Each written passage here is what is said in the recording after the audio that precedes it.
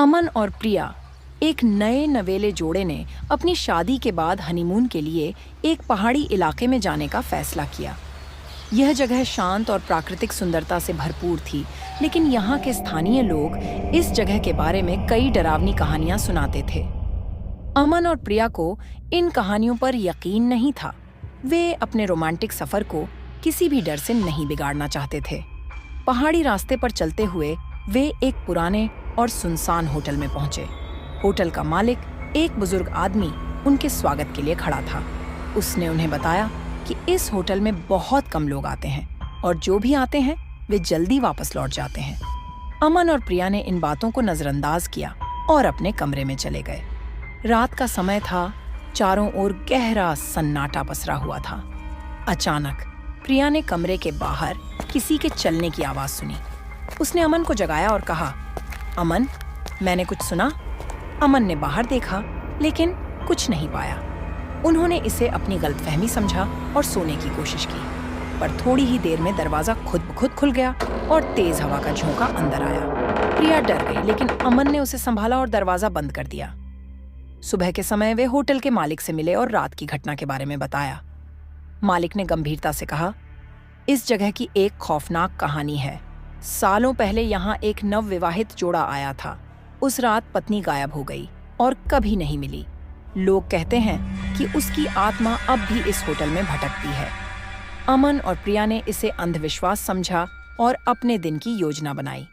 वे पहाड़ों में घूमने निकल गए। रास्ते में एक घने जंगल में पहुंचे, जहां हरियाली के बीच सन्नाटा पसरा हुआ था। अचानक प्रिया को ऐसा लगा कि कोई उनके पीछे है। उसने मुड़कर देखा तो एक धुंधली परछाई को देखा। वह डर से कांपने लगी। अमन ने उसे सांत्वना दी और वापस होटल लौटने का फैसला किया। रात फिर से आई और इस बार कमरे में अजीब सी ठंडक महसूस हो रही थी। अमन और प्रिया ने सोने की कोशिश की, लेकिन कमरे में अचानक से एक औरत की सिसकियों की आवाज गूंजने लगी। प्रिया ने देखा कि आईने में एक सफेद साड़ी पहने औरत खड़ी है, जिसकी आंखों से खून के आंसू बह रहे हैं। वह औरत धीरे धीरे उनकी ओर बढ़ने लगी। अमन ने प्रिया का हाथ पकड़ा और दरवाजे की ओर भागा, लेकिन दरवाजा बंद हो चुका था। उनकी चीखें सुनकर होटल का मालिक दौड़ा आया और दरवाजा तोड़कर अंदर आया। अंदर आते ही सब कुछ शांत हो गया। परछाई गायब हो चुकी थी। प्रिया बेहोश हो चुकी थी और अमन पसीने से तरबतर था। होटल का मालिक उन्हें लेकर बाहर निकला और कहा, अब आप लोग यहाँ एक पल भी नहीं रुक सकते।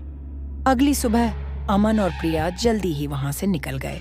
वे अपने घर वापस लौट आए, लेकिन वे उस खौफनाक रात को कभी भूल नहीं सके। वे सोचते रहे कि वह औरत कौन थी और उसकी आत्मा को क्या चाहिए था। उन्होंने इस बारे में बहुत कुछ जानने की कोशिश की, लेकिन हर बार उन्हें बस रहस्यमयी जवाब ही मिले।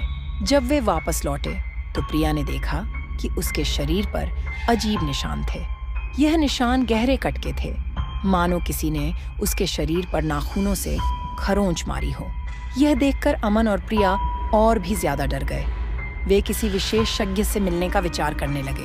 उन्होंने एक स्थानीय तांत्रिक से मिलने का निर्णय लिया, जिसने उन्हें बताया कि यह आत्मा किसी विशेष वस्तु की खोज में है, जो कि शायद अमन और प्रिया के पास है।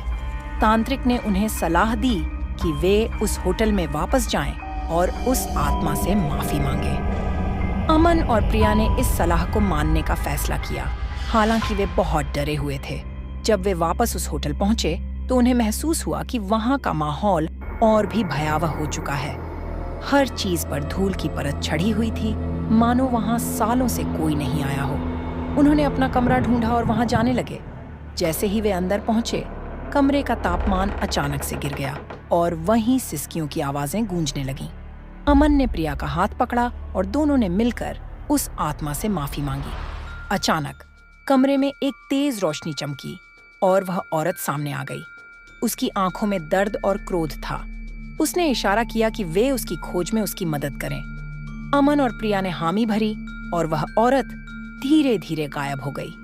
उन्होंने खोजबीन शुरू की और होटल के पुराने रिकॉर्ड्स देखने लगे। एक पुरानी डायरी मिली, जिसमें लिखा था कि उस औरत का नाम राधा था और वह अपने पति के साथ यहाँ आई थी, पर उनके पति ने उसे धोखा दिया और उसकी हत्या कर दी। राधा की आत्मा अब भी अपने न्याय की तलाश में थी। अमन और प्रिया ने तांत्रिक की मदद से राधा के पति की पहचान की और उसे कानून के हवाले कर दिया। इसके बाद राधा की आत्मा को शांति मिली और उसने अमन और प्रिया को धन्यवाद कहा। लेकिन जाते जाते राधा ने एक रहस्यमयी संदेश छोड़ा, जो भी इस जगह आएगा उसे अपने पापों का हिसाब देना होगा। अमन और प्रिया ने उस होटल को छोड़ दिया और अपने जीवन में वापस लौट आए, लेकिन वे उस रात और राधा की आत्मा को कभी नहीं भूल पाए।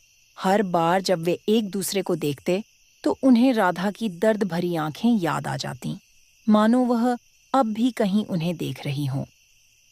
अगर आपको यह कहानी पसंद आई हो तो लाइक, शेयर और सब्सक्राइब जरूर करें और भी रोमांचक कहानियों के लिए हमारे चैनल से जुड़े रहें।